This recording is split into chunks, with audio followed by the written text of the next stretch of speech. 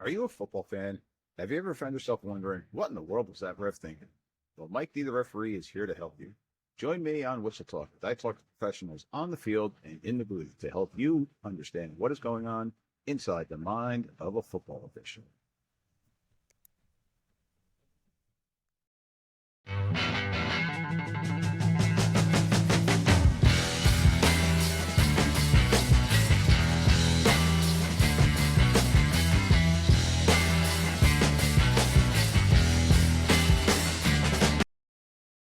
All right, ladies and gentlemen, welcome back to our newest episode here of Whistle Talk.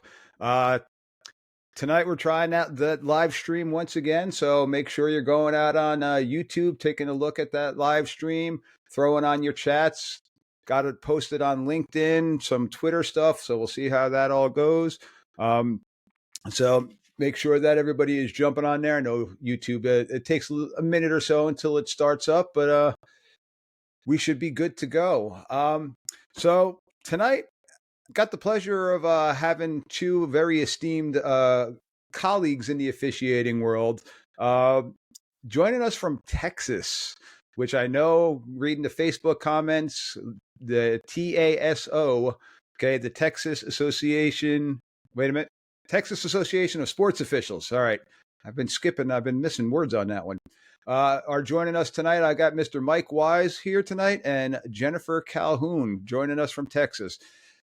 Thank you very much for taking your time out tonight to jump on my show here tonight. Mike, Jenifer, how are you guys doing tonight? Great. Thanks for having us. Yes, thank you. Absolutely.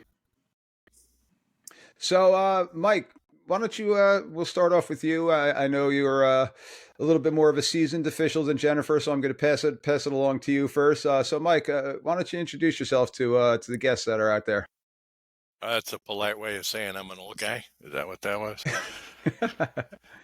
Oh, yeah, I'm Mike Wise, and currently I serve the Texas Association of Sports Officials football division as their rules interpreter and as a director of training. I've been involved in this since 1990, so this will be my 34th year. I'm not on the field any longer. I'm off the field, but I still do this for the association, and happy to do it. Well, again, thank you very much. And Jenifer, how about a little bit about yourself? Yes, I'm Jenifer Calhoun. I am the young buck to the game. I'm going into my 6th season on the field, and I absolutely love it. And I'm lucky enough to have some great friends that know a lot more than me.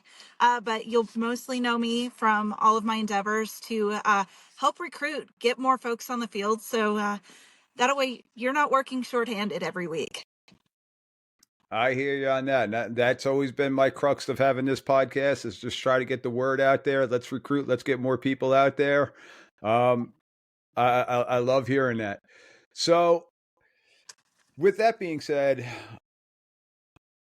majority of the people that I have been dealing with personally in the high school level has been all NFHS rules and officials through the NFHS. I have had on, I've been lucky enough to have on a couple of NCAA officials as well.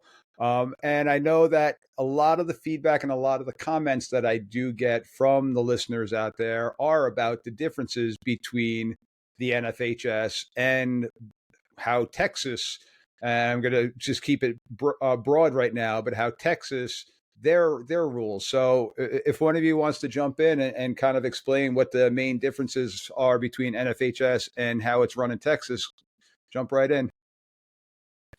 Go ahead, Jenifer. Oh, goodness gracious. I don't know about all that. I think one of the biggest differences that we had brought up earlier was we actually have the 10-second runoff that you will see in collegiate ball. We pretty much follow that to a T. Also, we had mentioned what you call a cut block. We'll go into that a little bit more in depth this evening because we actually do follow that. And you're probably going to hear a few different terms tonight. We have what they call UIL exceptions. So while we may use the NCAA rules as our foundation, we still have those exceptions because we do understand that we still have students on the field. These are not grown adults, and we can't have the same expectations on the field that we would have for a collegiate player. Yep. Mike? Yeah, I'll just add to that. And I know it's state by state, it's different. You all states except for Texas use the NFHS football rule book. I would imagine that each state might even have some exceptions. I don't know.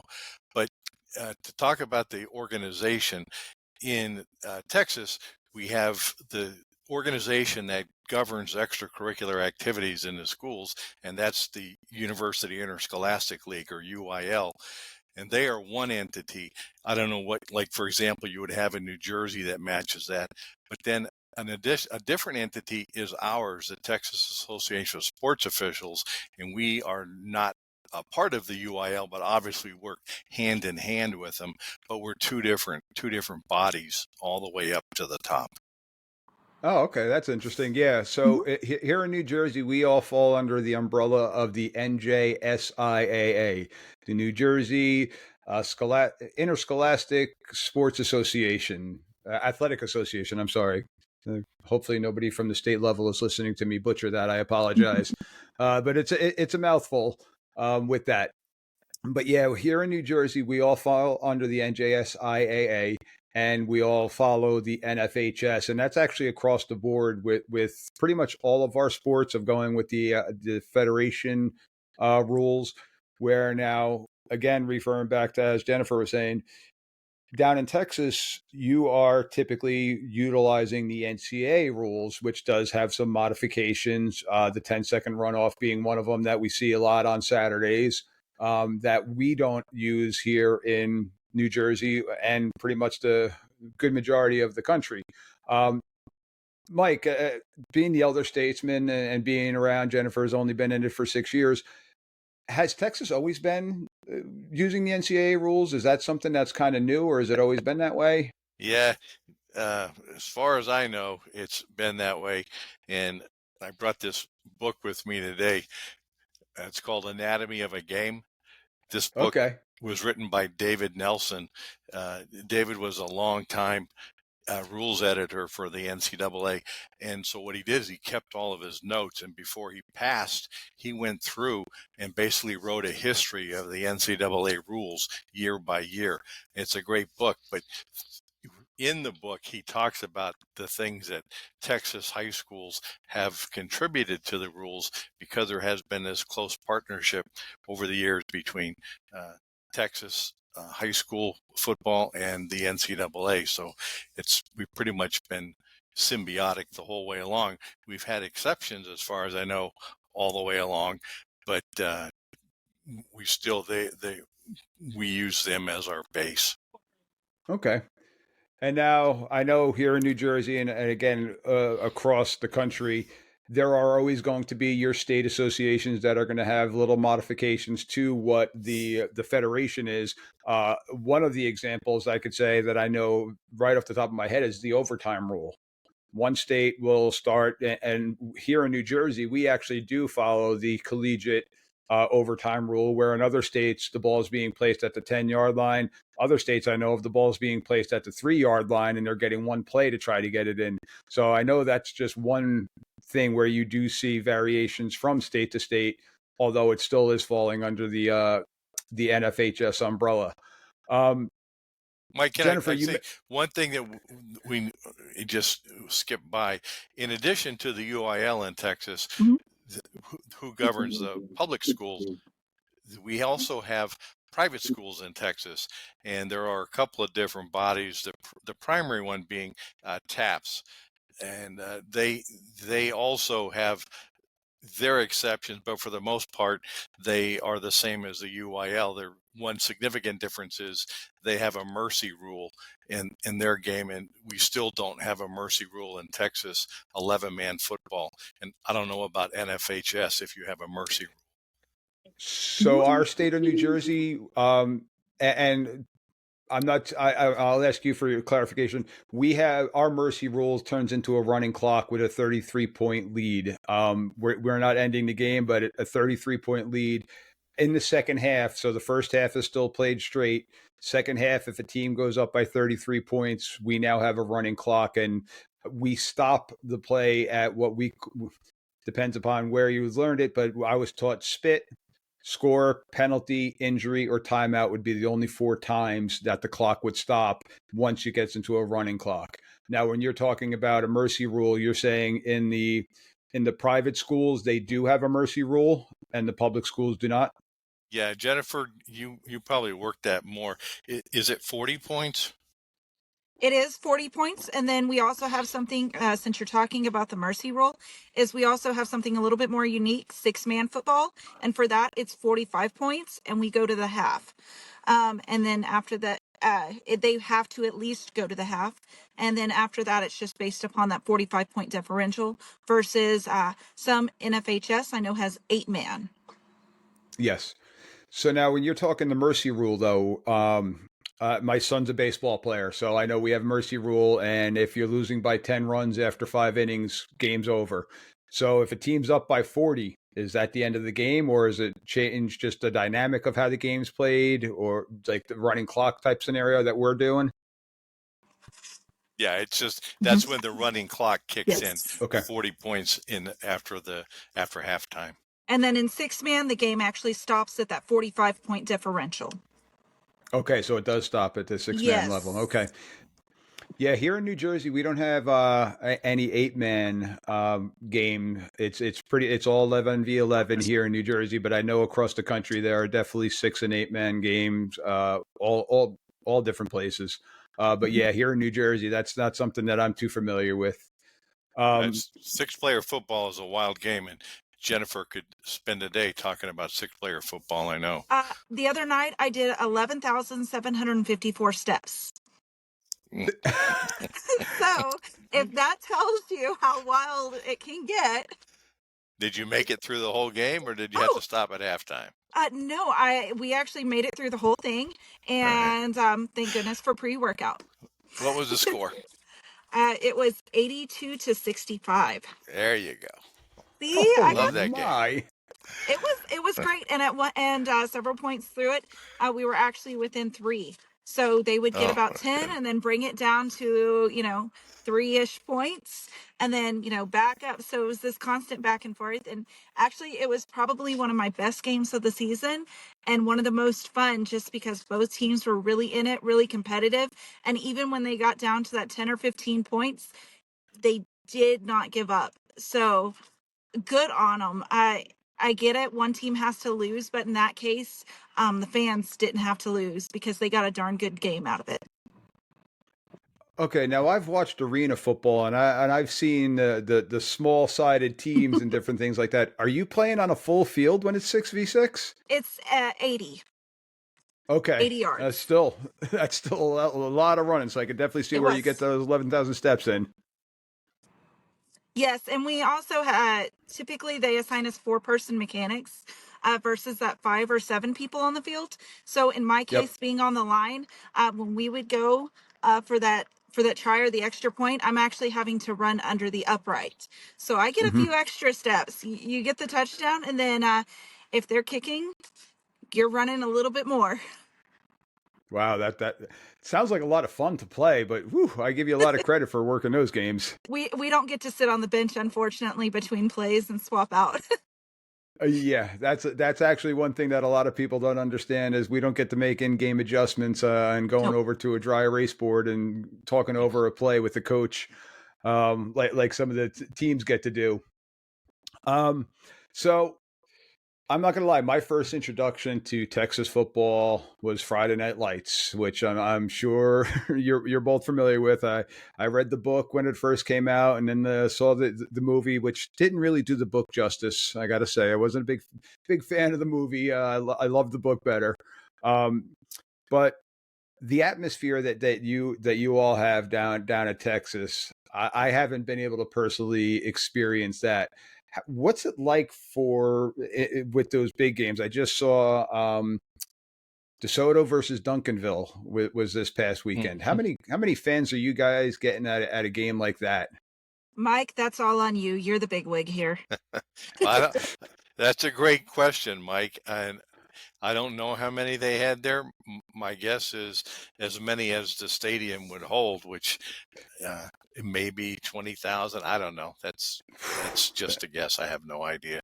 But it's like we play our state championship games for the past several years at Jerry World at the Cowboy Stadium in Arlington.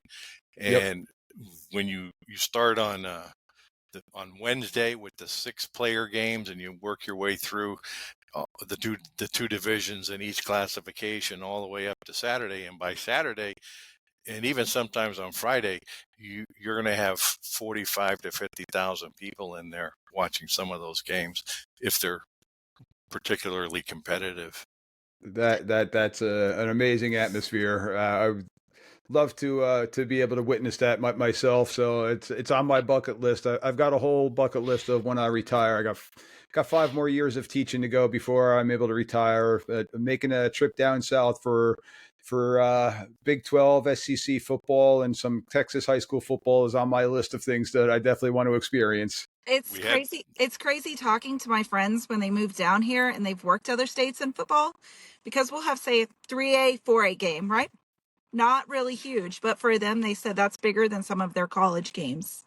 So it's cool kind of getting to experience that intensity. I've had stadiums, 6-man or even 2A games where it was so packed that they had pickup trucks lining the end zones because they didn't have enough seats in the stands.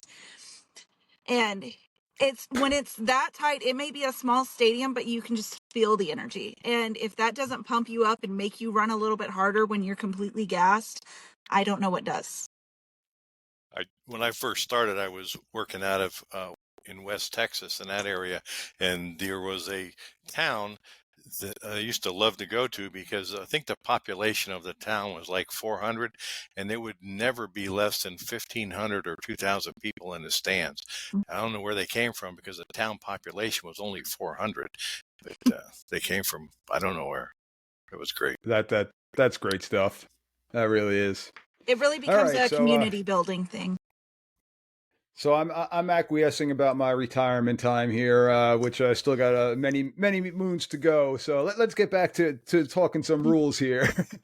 Yes. So Jenifer, earlier I had mentioned, and before we started, one of the biggest things that a lot of people ask me about and they always say, I'm sitting there and I'm watching clips on YouTube or whatever social media, and I'm seeing this game go on, and I'm like, oh my God, they can't do that. That's illegal. Oh, that must be from Texas. And the big one tends to be the cut blocks. And because of the NCAA, and I mentioned before, I was a former offensive lineman. We used to be able to cut anywhere on the field. Mhm. Jenifer, I'll ask you this one first. What's the rules now for cut blocking under the Texas rules now and the I was NCAA rules? I was actually going to hand that one over to Mike just because he knows the history behind it a little bit more. But every year it just seems like they keep getting tighter and tighter and tighter on it because safety just becomes a bigger and bigger concern on it. Okay. And a bit, Mike, I'm not meaning to interrupt you. And to clarify, under NFHS rules, we are still allowed to cut, or not we, but the players are still allowed to cut block, but the cut block must happen immediately at the snap and at the line of scrimmage. It has to be within the tackle box, which is always a gray area because some teams with exceptionally wide splits, are they considered the tackles? Are the tight ends considered in the box? So we do have some gray area, but the one thing that we now have set in stone is it has to be immediate and it has to be at the line of scrimmage. And it can Mhm. now be from a 2-point stance, which was also something um, that they put in more recent, because it used to be you had to be down in the 3-point stance in order to cut. But as long as that player is in a 2-point stance and they're going straight down, that is still a legal block. Unless it's a chop block, unless we got a high-low type of scenario going, but a straight cut block is still legal in those scenarios. So, Mike, you'd be able to give us a little history on the cut blocking scenario? Well, again, we follow the NCAA rule, and to my recollection, well, at least for the past 30 plus years, when they make a change, we take the change. We haven't accepted out of it, and we've never had an exception that was more restrictive or less restrictive than the NCAA rule. And so that's the way it is today. So the rules that you see on Saturday in those games, that's the same rules that we follow in Texas high school football. So the linemen that are in the tackle box at the snap and stationary, and when we talk about blocking below the waist, there's really two kinds of blocking below the waist. There's from the front and there's from the side. From the side is very restricted, and basically, like you said, the initial line charge, that's when those linemen that are in the box can block from the side below the waist. After their initial line charge, they can still block below the waist, but it has to be from the front, and it has to be in the tackle box. And of course, the ball still has to be in a tackle box, because once it leaves the tackle box, there isn't a tackle box. It evaporates. Yes. So you can't do it anymore. And that no downfield blocking below the waist. No. And I just want to clarify with that too, what you were saying, Mike, because when I was coaching my days, we used to run the flexbone offense. So we used to go down to Navy and clinic with the Navy coaches, and that sideways cut block that you were referring to with the lineman, it was still at the line of scrimmage, but it was sideways. It was a backside tackle trying to cut a 3-tech or maybe even a 2-tech coming all the way across at the line of scrimmage to allow that cutback. And I know when the NCAA changed that rule and made it more restrictive, that kind of took a little bit away from Navy with being able to run their option game as well as they used to back in the day. So that's a great point with how they do it. Jenifer, I didn't mean to interrupt you. I'm sorry. Oh, no, you're okay. It's just when you start talking cut blocking, you are going into that blocking below the waist or even chop blocking, and going, which area are we focusing on? Because if I look up cut blocking, obviously, that's not something that's just going to be straight in my rule book. So it's going. Yeah, it's a language thing that we're pretty obsessive about in Texas. We try to use the language. We use our language. We don't want to use coaching language, and cut blocking is what we hear coaches use, and we try to stick with block below the waist. And that's why I kind of deferred it over to Mike, because then we start getting into the differential. And for me, obviously being a newer student of the game, I try to be as precise as I can.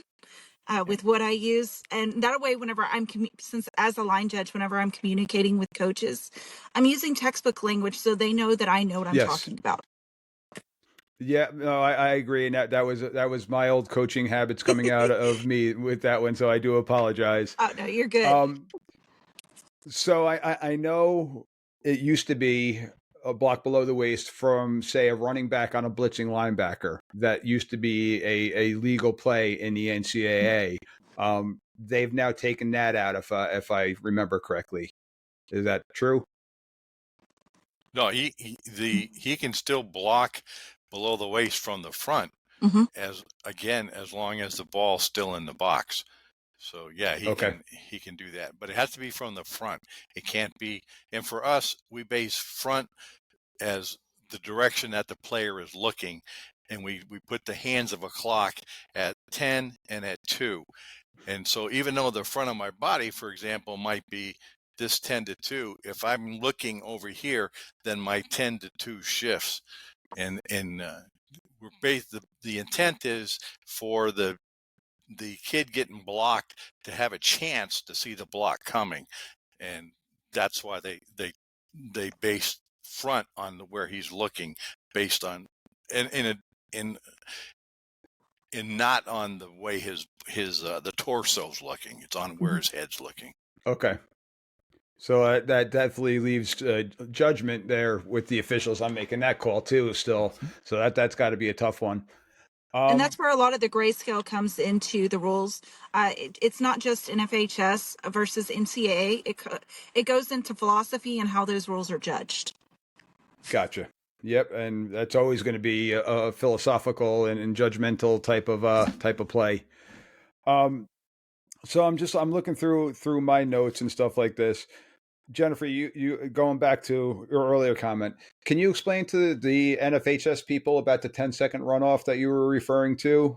Yes, I actually pulled it up, and I always reference it before my games, just because it seems like every time I have it, it does come up.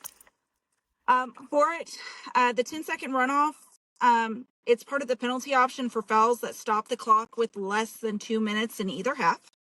The runoff does not apply, and I always try to keep my hands up for it. Any foul that prevents the snap, so in some cases, a false start, encroachment, offsides, contact in the neutral zone, things like that. Okay. Intentional grounding, and then let's see, any foul committed with the intent of stopping the clock, and obviously that's referee's discretion, and also an injury. Okay. So now you mentioned contact in the neutral zone. In Texas, is a defensive player allowed to cross into the neutral zone and then reset without it being offsides? Yes. And then if they make contact, we're going to go ahead and kill that play. Okay. Because NFHS, as soon as they break that neutral zone, we're killing the play right then and there, and it's a 5-yard offsides penalty right there. And I'm looking for did it cause the offense to move? Yep. So now, and that's actually something I know that Steve Matarante talked about with those. I don't want to think of the exact language, but the discernible acts, I think, is how he referred to it, with the defense either shifting side to side, making it to try to draw the offense off sides. Are you guys following that rule too of calling a delay game on the defense if they do a Yes. hard shift to? Okay. So now And that is something. Go ahead. what I'm looking for on the line also is, what is the intent? Are they making a football move to shift to react to the offense? Or Yep. are they doing this to draw them and try to force the penalty? Because this actually just got brought up at my local chapter meeting about 2 weeks ago. We have a local team that on field goals are hard shifting out wide with 3 or 4 of their players, both say lined up in A gap as an example. The whole team on a cadence by, I guess, a linebacker, they're all hard shifting wide to try to get the field goal team or going for the point after to try to jump off sides. And we had a long discussion with it. And according to NFHS rules right now, if there's no echoing of a simulated snap, that is a legal play. Where I know NCAA rules, that is now an illegal play. And it was actually something that we debated, and our interpreter went to all the interpreters in the state, and they had a conversation about it to find out how we were going to rule on it, so that across the board we were all on the same playing field. But they did agree it is different than what we're seeing in the NCAA right now. So, and that could be something that's going to change state to state too with the NFHS. So I just relaying it across from New Jersey. There was a point of emphasis this year in the NCAA to try to tighten up the actions that the defenses have been taking, because it was believed that they were doing it with the intention of creating false starts. And honestly, we're getting almost to the point where the defense might be held to the same restrictions as the offense when it comes to pre-snap movement. We're not there yet. They can still move, but it just has to be done in a way that we don't believe that they're trying to create a false start. That was actually one of the complaints that I had from a coach. I had a student who was stomping. It was very obvious he was trying to pull him off sides, probably, I think, week 2, maybe week 3. And obviously, I called him on it.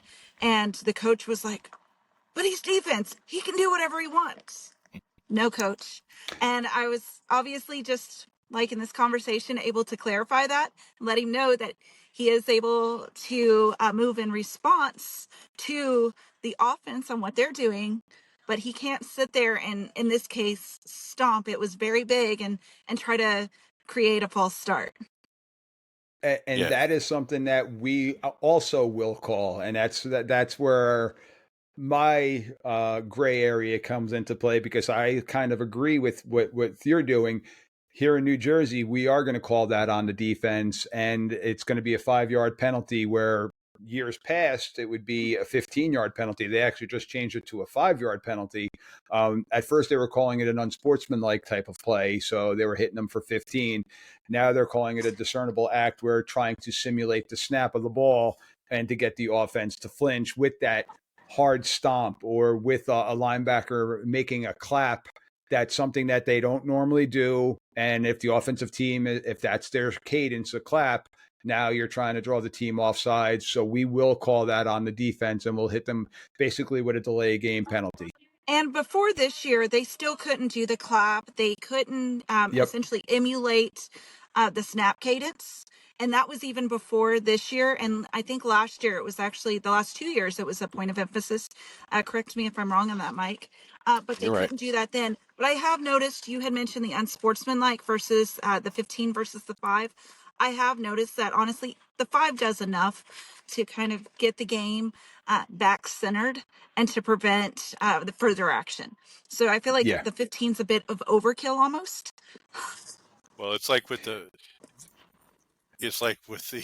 when we had the difference 5 and 15-yard face mask fouls. If you have the option to make something a 5-yard penalty, you're more likely to get it called than if the official knows it's going to be a 15-yard penalty. He might not be as likely to put the flag down. True. So now, do you have a 5-yard face mask penalty? Oh, goodness. Nah, this is old No, school. definitely not. Nah, that's old school. Face mask We is do. a 15 all We day. still got the 5-yarder. Yep. Yeah. We still got the 5-yarder. So that actually now leads me to another question. Automatic first downs. Okay. What penalties do you have that are automatic first downs? Penalty by the defense. Any personal foul, Yes. Okay. any unsportsmanlike conduct, any holding. I think that's it for the automatic first downs. Yes. Yeah. Yep. So At least off the top of my head.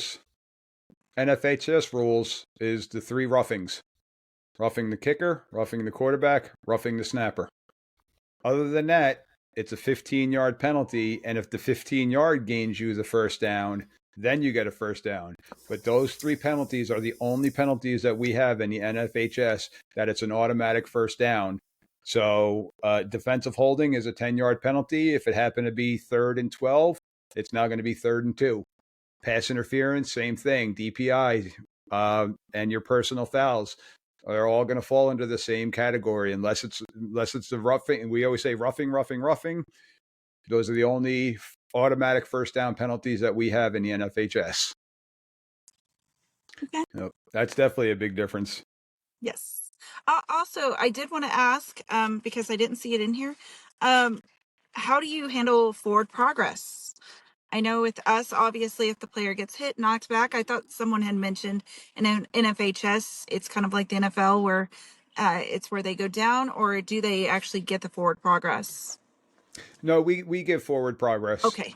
Yeah, forward progress is definitely in play, and that's definitely something that mechanic wise, I know we're always looking to improve upon, because we do communicate and do a lot of cross field mechanics and stuff like that with helping each other out for that forward progress placement.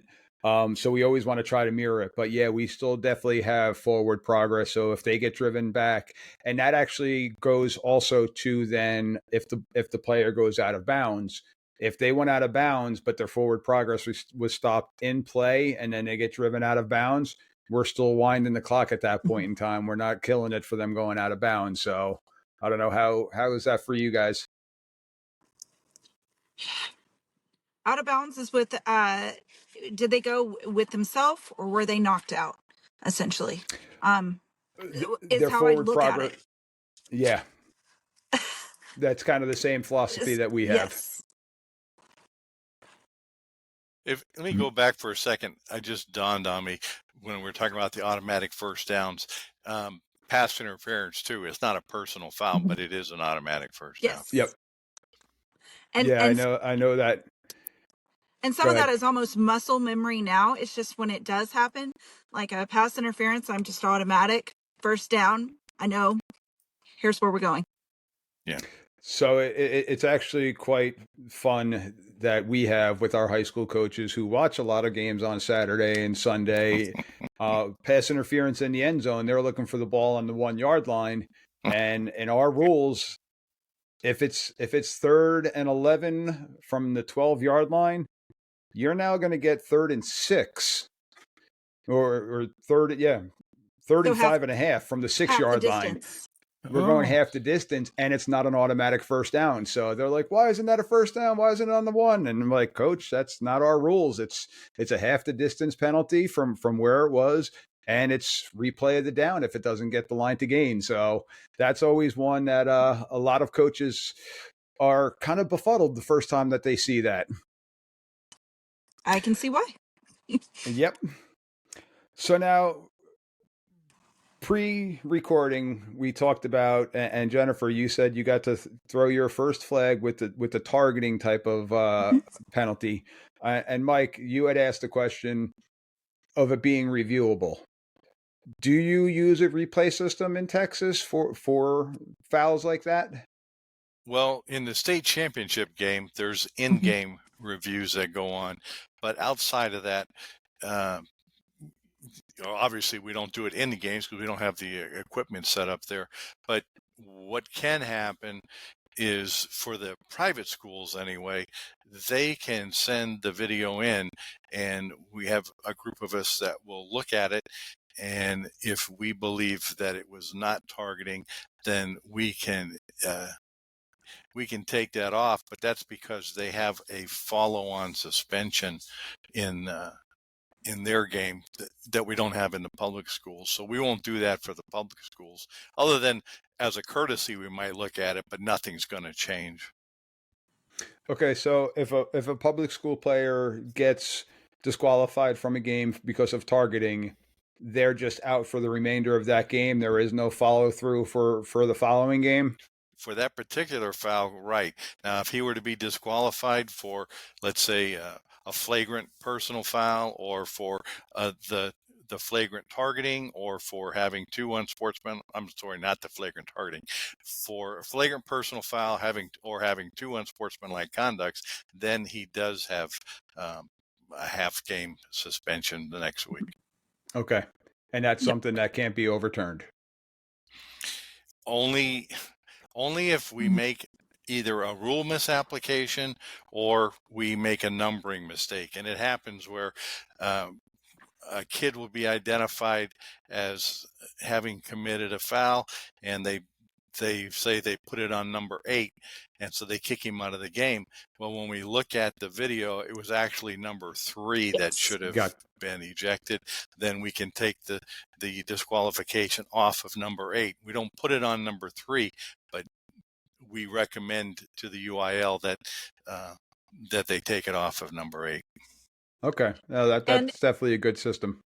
And in my case, my documentation whenever I'm on field is a little bit more intense.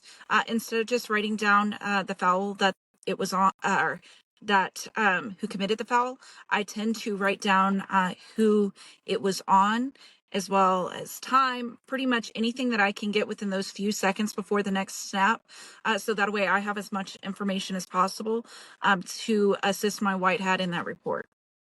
Okay. Yeah. Now, Jenifer, Mike, are you the an incident report has to be done after the game? Yep. When there's a disqualification, and that's really what we use to start the review.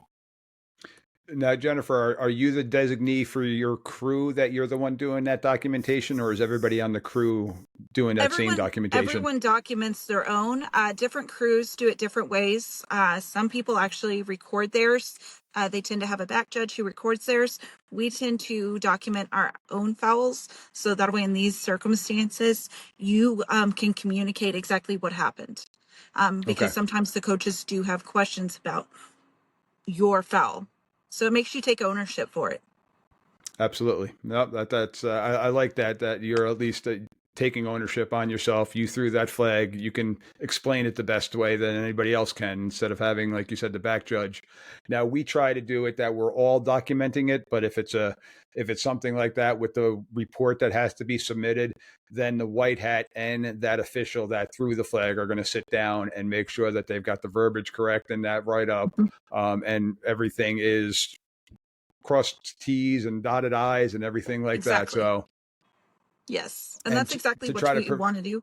And even if it wasn't something that we would need to submit for review, I personally, if it's something big like that, I want to review the film. I want to look at it. I want to make sure that what I'm seeing corresponds, because I do take ejections or large personal fouls like that extremely serious, because that can have real world impact on the absolutely, game. yes. Mike, And you mentioned that in the NFHS you have a, I don't know, for lack of another term, a targeting 1 and a targeting 2, and we have something similar. How does it work in the NFHS? so basically, if we feel that it was with intent, it can be an ejectable offense. There are some times where players go helmet to helmet, where it was one player kind of ducking of a tackler that was going lower, and the ball carrier kind of leaned down into it, and they went helmet to helmet. We could still call the helmet to helmet penalty in that one, but that's more of an incidental one, which we're still trying to get out of the game because it still does lead to the concussions. But that one didn't have true intent to injure. So we're not going to disqualify in that scenario. But if it's a true targeting where that person came in, we use Scud missile. We talk about in our crew that kid came in like a Scud missile, looking to take out that player with just bad intentions. Then that's something that we will disqualify the player for in that scenario.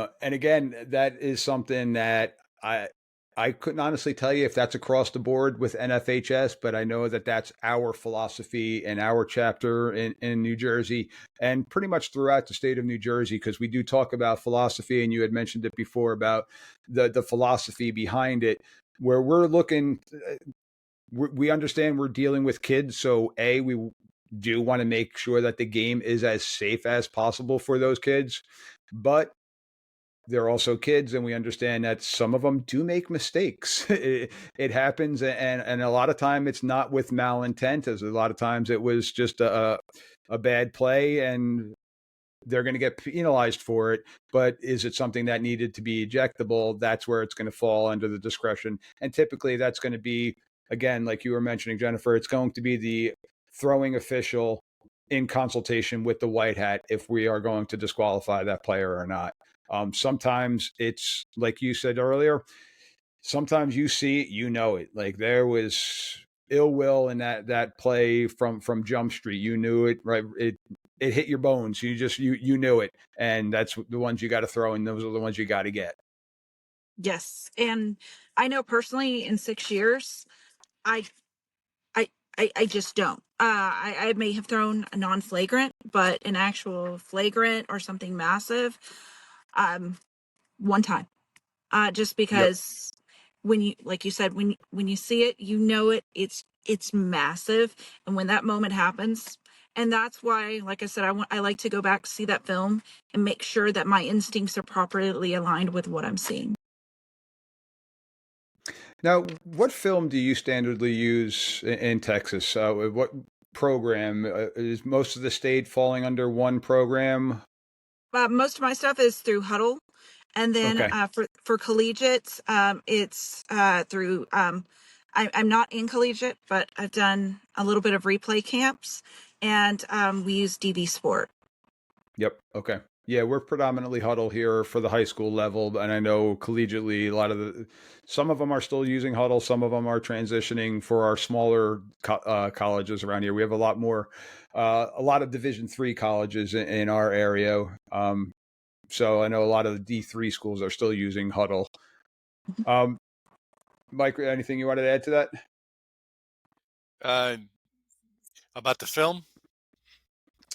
Yeah, and just about the targeting, as we were talking about the flagrants. Yeah, well, I mean, in Texas, what we ask the officials to do is you look at the play, and if the play violates the rule, the NCAA football rule for targeting, then put your flag down, and then the crew comes together, and all the ones who should have had eyes looking in that area discuss what they saw, and if there's no disagreement, nobody says, well, no, I saw something different, then you go ahead and it's considered a flagrant targeting.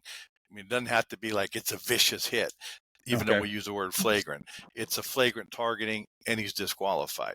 Now, if during that discussion one or more of them start to disagree, and they say, well, I really don't think he lowered his head, or I don't think the contact was to the head or neck area, and the one who threw the flag doesn't come off of the flag, he still thinks it's there, we have a disagreement, then we go with a non-flagrant, and it's a 15-yard penalty, automatic first down, and it's a mark. So that player's now got one mark. If he gets a second non-flagrant, he's disqualified. But he's not disqualified initially. And to add on to that, whenever I'm coming into my white hat with that, I'm prepared with what kind of targeting. We do have 913, which is the forcible contact with the crown of the helmet, or 914. So I know, like the back of my hand, 913 or 914. 914 is going to be that forcible contact to the head or neck area of a defenseless player. So I'm prepared when I come to my white hat, going, here's exactly what I saw, and here is the rule application. Jenifer, I love it. You're quoting book. I love it. You got that rule down. That's fantastic stuff. Once again, it's the seriousness of it. To me, we're going into the application of potentially throwing a player out, or they're halfway to being out of the game, and as well as the safety. And to me, targeting is probably the top of seriousness. And hopefully they would get to college, but I feel like when you're talking about philosophy, they take it just as serious, and we have to at the high school level as well. 100% agree. So I've got two more questions for the both of you. One of them being rules application that I know NCAA has put in. And then the other one is kind of one that I get a lot of feedback online with people asking because of what they see in the NCAA. First one's a simple one. Do you have the 2-minute timeout at the end of the half, and that the NCAA now has implemented? No, we UIL accepted that out, so we do not have that 2-minute timeout. Okay, because we do not have that in NFHS. The only time that we will have any type of end of the half warning is on our sub-varsity levels, where we're keeping the time on our wrist instead of on a scoreboard, and we're giving a 4-minute warning at that point in time and going from there. So that was the easy one. Now for my harder one, the uniform police, the NCAA. Ladies and gentlemen who are just listening, you have to tune in at the 47-minute mark and see the reaction from both Jenifer and Mike and me just bringing that question up, because it's the same reaction I get from every official, seems to be across the country. How is Texas handling? If you would like to start a war with officials in Texas, just search that in the Facebook group, and you'll have every answer you ever want, and it's completely different from everybody. But I promise you, it will be a division of officials. So in the rule book, in the NCAA rule book, what is it stating about knee pads and bike shorts, in essence, that you're seeing the big boys in Alabama, or I shouldn't call out a school, but you're seeing in the big five, the Power 5 conferences, with the shorts rolled all the way up, and you could see their knees and thighs? The rule says that you have pants with the knee pad in the pants, and the pants cover the knee. That's what the rule says. Yes. Okay. Now, that being said, last year, I think it was last year, the NCAA Football Rules Committee tried to remove that from the rule book. They knew it wasn't being enforced, and for whatever reason, they didn't think it should be in there, so they tried to take it out. Every rules proposal in the NCAA, regardless of the sport, gets a final approval by the Playing Rules Oversight Panel, the prop. And the prop refused to allow football to remove the rule. So it stayed in the rule book. So it's still in the rule book that you have to have pants and cover the knees. But you can see what the conferences do. And officials at the collegiate level, and I know Jenifer can speak to this, they do what their supervisor tells them, Yes. not what necessarily what the rule book says or anybody else. They do what their supervisor tells them to do. Yes. So one of my previous guests, I apologize. One of my previous guests that I had on is an official in the SEC, and he told me a story because I asked him the question too. And pregame, he saw a young man who had a gorgeous tattoo on his thigh, work of art, tattoo, absolute piece of artwork on the thigh. The official was in awe of it. He said it was one of the nicest arts that he's seen, let alone it just being a tattoo. And player came back out now for the game, and the official's like, "Son, you gotta roll your pants down." And his response caught the official off guard. He's like, "Sir, I'm not trying to be disrespectful. My NIL deal is with a tattoo parlor. This is my NIL." And he was completely caught off guard, and he's like, and he went to his white hat, and his white hat says, "I guess we're going to let it go, but that's something that we're going to bring to our supervisor to talk about after the fact." But that's the state of the game that it is now at the collegiate level. And I know there is trickle down with the high school level with NILs and stuff like that. So you're seeing stuff like that, unfortunately. So my question is, if that same player had come out with a set of wings and a billboard strapped to his back, would we still allow it because he's got an NIL deal? I personally, during my pregame, I do a walkthrough, and I've noticed a little humor goes a long way. I will joke with them because they like to wear the 80s crop tops and the short shorts. And I tell them, guys, I'm not wearing my crop top or my cute shorts. You can't either. And they tend to laugh it off. And guess what? They immediately start unrolling them. But I also do look at, I know some of these schools are really small. They get what uniform is issued. So I personally make sure that the knee is just pulled down because I do understand some of these 6-man schools, they probably have 6 uniforms. And that was the closest one that fit them.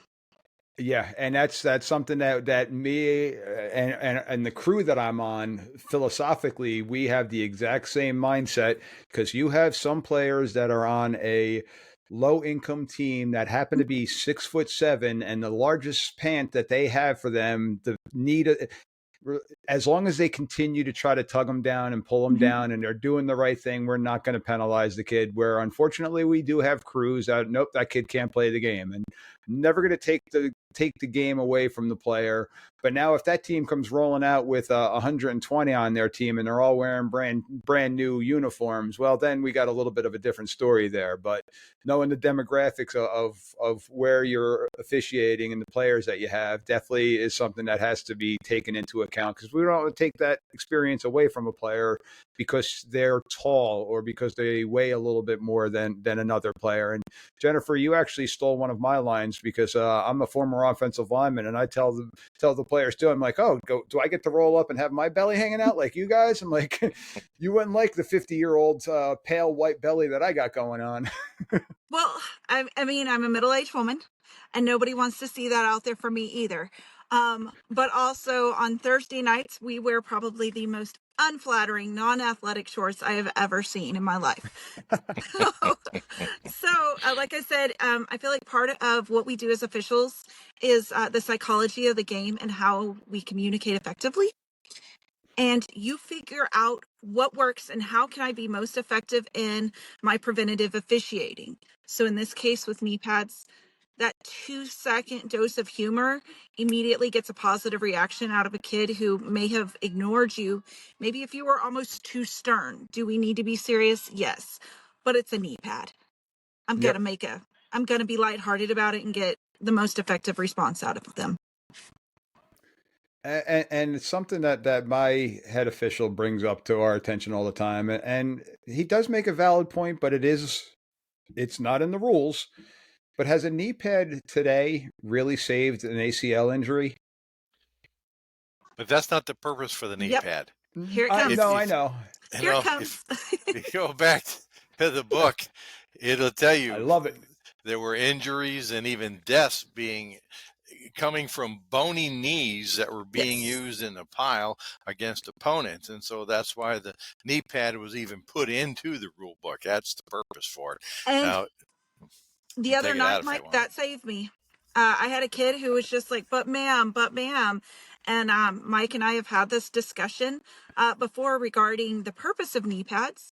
And I told a couple of them, I was like, it's not to protect your knees. It's to protect your opponent for when that knee goes down. And I want both of you walking off my field, not rolling off.